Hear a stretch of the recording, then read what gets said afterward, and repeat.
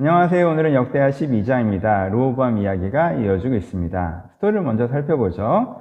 나라가 견고해지고 세력이 강해지니 르호보암이 여호와 율법을 버렸다라고 말씀하시죠. 유다도 이것을 본받았다라고 말씀하십니다. 이들이 강성해지자 하나님을 떠났습니다. 하나님을 떠나자 어떤 일이 벌어집니까? 하나님이 지켜주지 않는 유다는 강대국의 굉장히 매력적인 침공하고 싶은 나라였죠.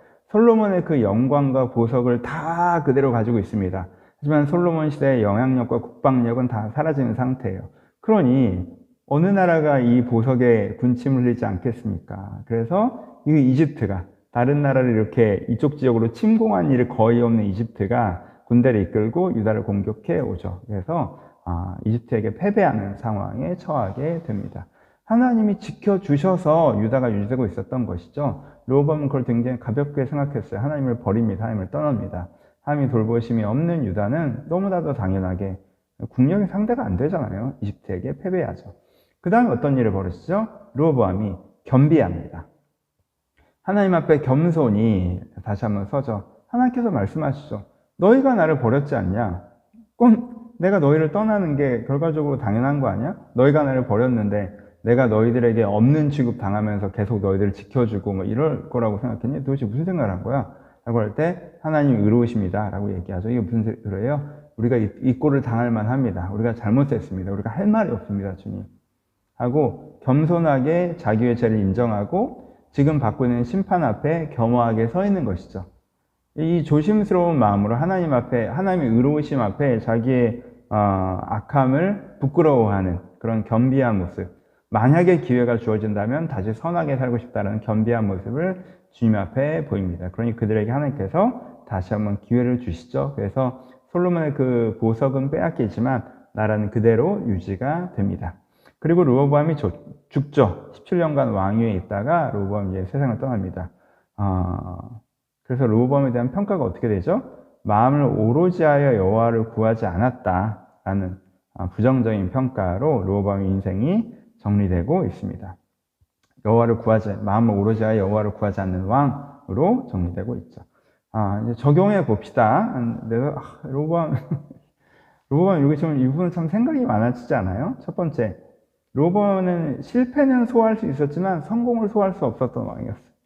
그러니까 어려울 때는 하나님을 의지하고 찾고 주님의 뜻을 따르고 하는 왕인데, 좋을 때는 내가 잘났고 내가 하고 싶은 게 있고 이런 왕이었어요. 그래서 하나님과 어려움은 함께 할 수 있지만 즐거움은 함께 할 수 없었던 왕이 르호보암이었습니다.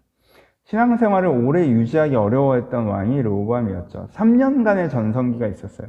3년은 정말 전성기 때 솔로몬처럼 다윗의 길로 행했다고 표현하죠. 3년은 다윗같이 살았어요, 정말.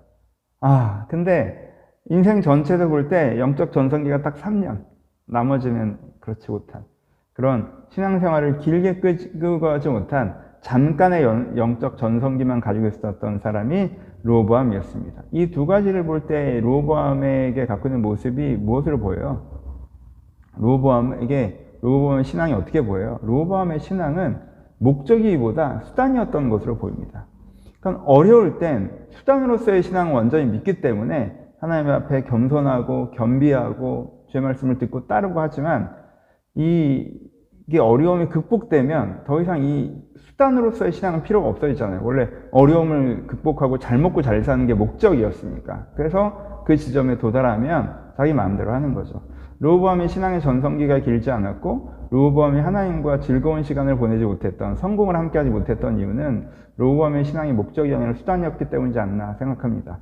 하나님 자체를 즐거워하는 신앙의 목적이 되어야 하나님 그분이 즐겁고 하나님께 인정받고 칭찬받는 것이 나에게 중요하고 이렇게 하나님의 목적이 될 때 우리 안에 진짜 영적 전성기가 길어질 수 있고 하나님과 슬픔도 함께 할 수 있고 기쁨도 함께 할 수 있는 사람이 될 수 있다는 것을 르호보암을 통해서 우리가 돌아볼 수 있습니다. 그럼에도 불구하고 오늘 굉장히 강조하고 있는 부분은 뭐예요? 또 하나 르호보암에게 우리가 본받아야 되는 건 그래도 어려울 때 하나님과 함께 할 줄 아는 거죠. 심판 앞에서 겸비하는 사람이었습니다. 여러분, 많은 사람들이 자기가 잘못해서 인생이 틀어졌을 때 겸비하지 못하죠. 자기가 잘못해서 인생이 틀어졌으면 그럼에도 불구하고 원망하는 사람이 있고요. 아, 내가 잘못하긴 했는데 하나님 이렇게까지 하는 게 맞아요? 뭐 이렇게 이런 식으로 그렇죠. 나도 잘못했지만 제게 더 잘못했잖아. 그러니까 원망 혹은 좌절. 그래 내가 잘못해서 이 모양이 되었구나. 이래버리는 거. 그래 끝났다. 포기 좌절.